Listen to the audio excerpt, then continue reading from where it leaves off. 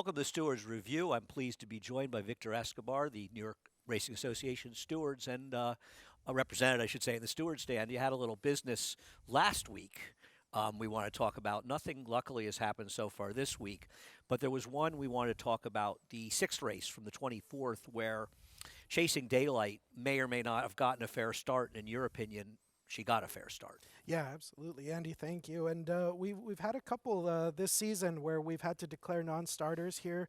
We hung the inquiry in this because we had a horse that was clearly off slow, and we just want to verify that the horse was afforded a fair start at the dispatch of the field.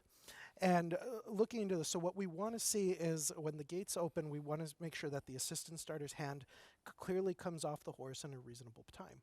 Right, and so we went under inquiry just to review this, and under review, after going through it in slow motion, we are able to verify that yes, the assistant starter's hand does come off, and we are able to see that the horse was just off slow. Nothing impeded it, nothing caused it. It was solely the horse's action, so as a result, we declared him a starter.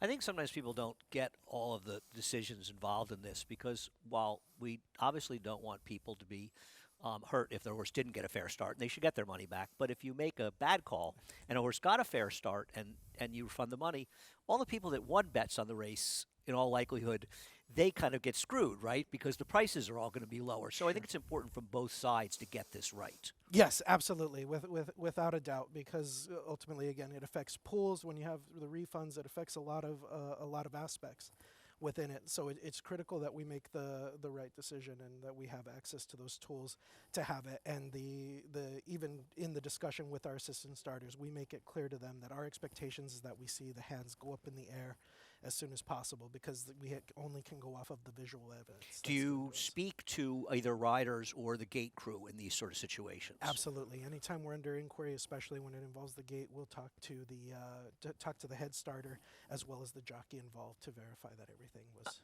I'm curious where you stand on talking about inquiries in general with riders. Myself, I wonder why you do this, because to me, either you guys know what you're doing up there.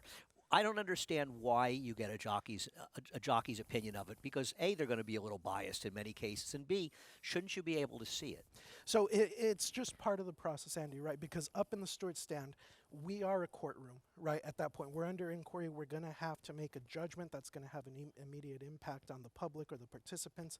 So we have to treat it like a courtroom, right? So we have the visual evidence in front of us. That's great. But now we have to get the testimony from the witnesses that were out on the race course while it occurred. In most cases, it's going to be the jockeys. So it's a critical part to it. We get the testimony from the riders, weigh it against the visual evidence, and then come to a decision. All right. Seems fair enough. I think we want to show another head-on, a horse that was a refund, guys. Is that what you're telling me in my ear? A horse named Royal Bobby. I'm not sure what the date is, and this was a horse that I believe was deemed a refund. Yeah, so just for the sake of comparison, because we have had several that have resulted in non-starter, that were declared non-starters. Here, Royal Bobby, see here, the hand comes up late. Royal Bobby is slow off, and we can only go off the visual evidence. We can only defend what we can show. We clearly have an assistant starter that hasn't gotten his hand up in here.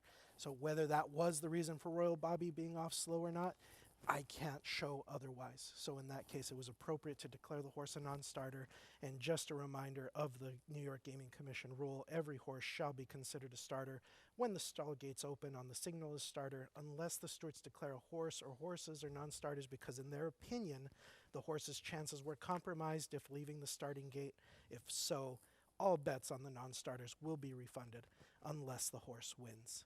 Okay, so again, we have to be confident that the horse's chances were not compromised. All right, thanks a lot on that one, Victor. We'll go ahead to one that I've actually been looking forward to discussing with you since I saw it when I got back last Sunday. And it's the last race on Sunday where Runnamore was disqualified for coming in the stretch and causing interference and was placed behind I'm Solo in Love. Yes, Andy, and just for the sake of full disclosure here, I was actually not the steward on the day this Sunday. I was out of office. My assistant steward, though, I was able to speak to him and get his opinion on it, and I wanted to share that explanation with everybody. So there was an inquiry as well as an objection involving the 7 Run-A-More, and he have had an incident where he veered in and affected the inside horses, including the 4 I'm Solo in Love and the 9 Romeo Void.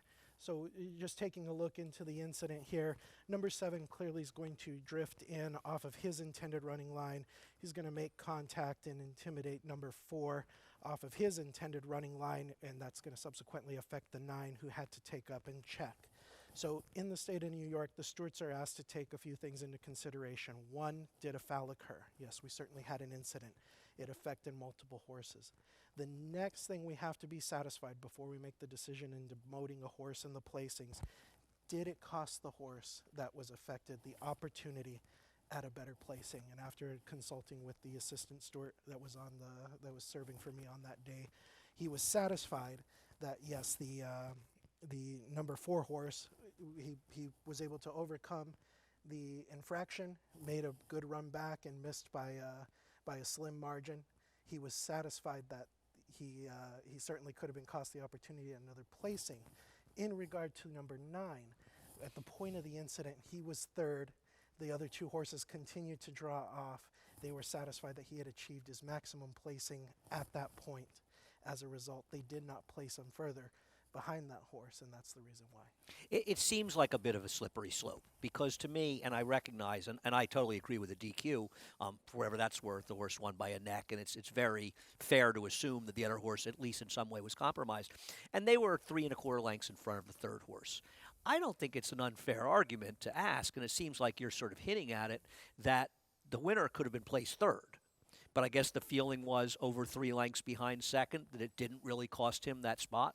Absolutely. So when you're looking at these incidents, you have to take them, kind of in an order, right? So what we want to see, and the big outcry right now from the public, is they want to see consistency from the steward stand. No 2 incidents are consistently the same. So what we need to show is we have a consistent application of our rule.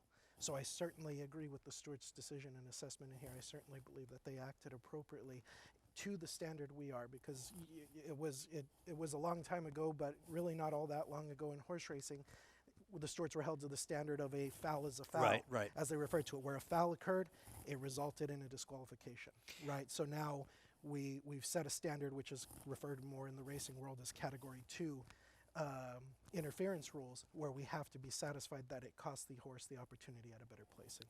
It's interesting. On another note, it feels to me like one of the sea changes we've seen in the steward stand since you got there is there has been more emphasis placed on penalizing herding.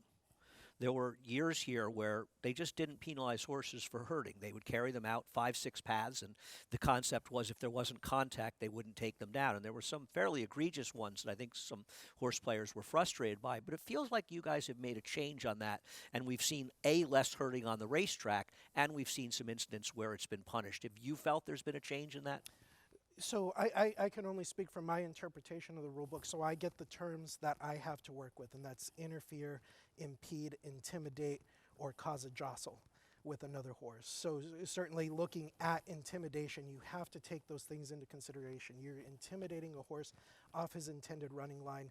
That's obviously going to impede or impact his ability to have his final run to the line. So you have to carry those things into consideration, especially in these races where we have close margins like that. And I certainly think that I hope that we're at least showing a consistent application in that. In my opinion, you guys are. We appreciate you coming up here as always. Appreciate you watching. That's it for the Stewards Review. Victor, thanks again for joining us, and hopefully we won't see you for a few weeks. There won't be any Stewards decisions to discuss. For more information, visit NYRA.com. Thank you, Andy.